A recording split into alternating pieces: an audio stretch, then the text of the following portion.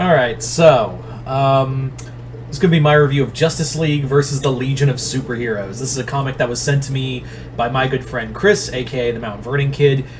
Chris, thank you once again for this. Yeah, so this is a miniseries that was like a culmination of Brian Michael Bendis's run on Justice League, which I heard has not been, and I didn't have any bother to read it. Like, I really think Bendis has only done one good thing over at DC, and that was Batman Universe. I mean, that's it. Like, really, I think it was Batman Universe. Everything else, especially his god-awful Superman run, and his Justice League run has just been whatever. It's been whatever. So, and this is what his run was building to, was a reintroducing the Legion of Superheroes here, or, showcasing them, and teaming in an event that involved the Justice League. Well, I take that back, actually. Actually, I'm gonna step back and say, like, the one good thing he ever did was Batman Universe. I'm gonna say his Wonder Twins and Young Justice was kind of mediocre. So I will say his Batman Universe and Wonder Twins. Those were the really good things about this. So two things. Anyway, so what is Justice League versus Legion of Superheroes? Well, it's fucking boring is what it is. Seriously, it is so word heavy. And I understand that, like, one of the strengths Bendis has as a writer is that he reads better in trades, kind of like with Tom King. But here's the thing. In a Tom King book, stuff happens and you can like it. Will you like it is a different story. That depends more on taste. I know that I've got some non-fans of Tom King here. I'm not going to defend the guy, but, like, I do appreciate his miniseries more than his ongoing, so I'm very curious to see how Wonder Woman will end up. Anyway, I'm getting off topic, but yeah, Bendis in his heyday, you could read his entire run in trades, and it works so well. So I was like, okay, this could probably work really well. It's in trade. No, it's not. So the story. Let's actually get into the actual story. The actual story of this book is that the Justice League have, after an encounter, and you see it in here in an annual, because it covers the Justice League annual as well as the 6-issue miniseries. After encountering the time traveler known as Epoch, they discover that some great crisis is coming, and they need the Gold Lantern ring. Well, it turns out the Gold Lantern is part of a new form of the Elders of Oa to make a new corps to protect the future.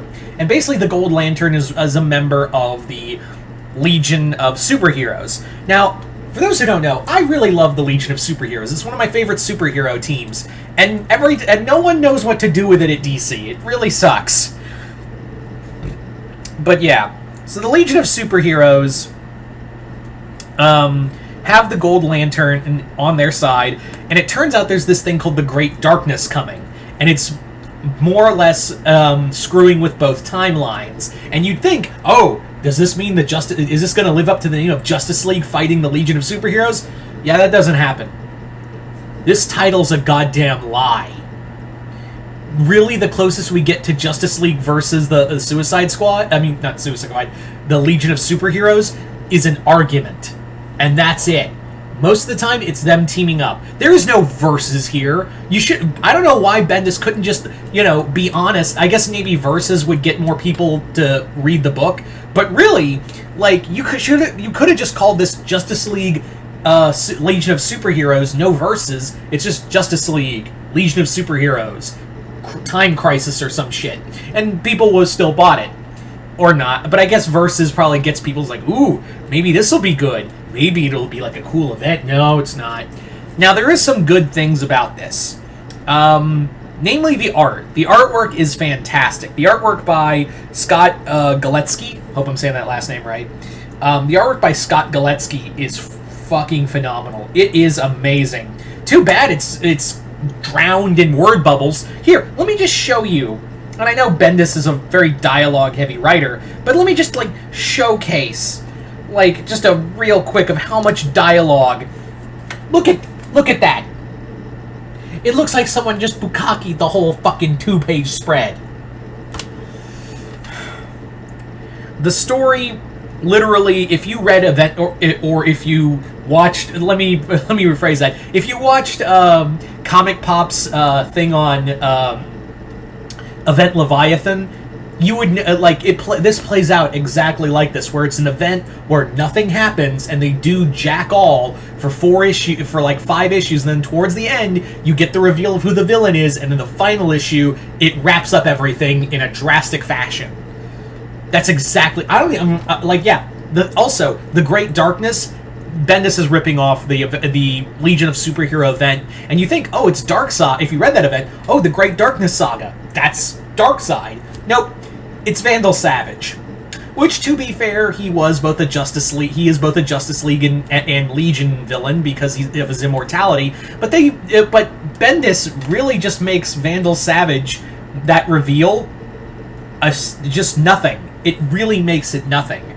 Because he just literally talks to... He did the same thing with Mephisto in the end of his Infamous Iron Man run, where he just has Vandal Savage talk to you and talk about all of his big elaborate plan. I don't know if he's just running off of his name of being Brian Michael Bendis, but Jesus, there is no effort here. Also, I will say that the prologue, basically the annual in here, which is a prologue to the comic involving Enoch, was a fun story. It's a good, solid Justice League story. Too bad it's a precursor to a 6-part bullshit that was a slogfest to get through. I will say also, I found it funny that there's a moment where Hippolyta is talking to Diana and she's like, look out for Black Adam. He's destined for great things. And I'm like, no, he'll be destined for a low box office and immediately cast aside in Dark Crisis. Yep. Also, Bendis does all these things he references this is what Bendis did in his build up to Ultron, which we will never get in a DC version. But he did this in his Avengers thing, in his Avengers story arcs, where he would build up to the Age of Ultron and also reference these cool things that other writers could do, but Bendis won't let him do it because he wants to do it. It's the same thing here, where they reference Queen Naomi or Planet Gotham, or what did the Lanterns do that was so heinous they got disbanded. It actually does explain it, I just don't fucking care. So yeah, do I recommend Justice League versus Legion of Superheroes? Fuck no. This was... God. Thank you, Chris. I hate shitting on these books. When they're bad, I hate shitting on them because Chris did spend money on these for me to read. But yeah, this was just... Aside from the artwork and the annual... Fuck this book. This is low effort from Bendis.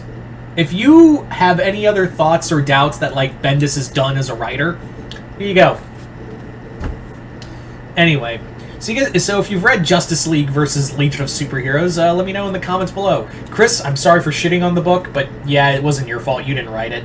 But thank you for sending it to me again, brother. But other than that, hope you all enjoyed this. I'm Mr. Multiverse. I'll see you next time in the Multiverse.